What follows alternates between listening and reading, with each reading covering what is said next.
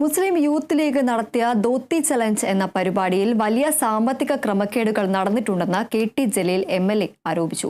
200 രൂപ മാത്രം വിലയുള്ള മുണ്ടുകൾ 600 രൂപയ്ക്ക് വിറ്റത് യൂത്ത് ലീഗിന് 2 കോടിക്ക് മുകളിൽ ലാഭം ഉണ്ടാക്കിയെന്ന് അദ്ദേഹം പറഞ്ഞു. യൂത്ത് ലീഗ് നേതാക്കൾക്ക് ദുബായിൽ ബിനാമി ബിസിനസ്സുകൾ ഉണ്ടെന്നും കെ.ടി. ജലീൽ ആരോപിക്കുന്നു.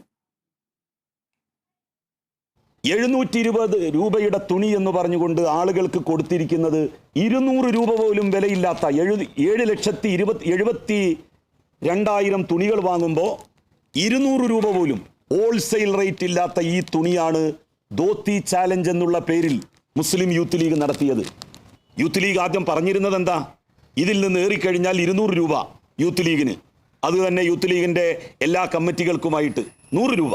അങ്ങനെ 100 രൂപ കിട്ടിയാൽ തന്നെ സ്റ്റേറ്റ് കമ്മിറ്റിക്ക് 2,72,000 തുണിയിൽ നിന്ന് 20 രൂപ വെച്ച് 54 ലക്ഷം രൂപ കിട്ടും. ആ 54 ലക്ഷം രൂപ യൂത്ത് ലീഗ് കമ്മിറ്റിക്ക് കിട്ടിയിട്ടുണ്ടോ?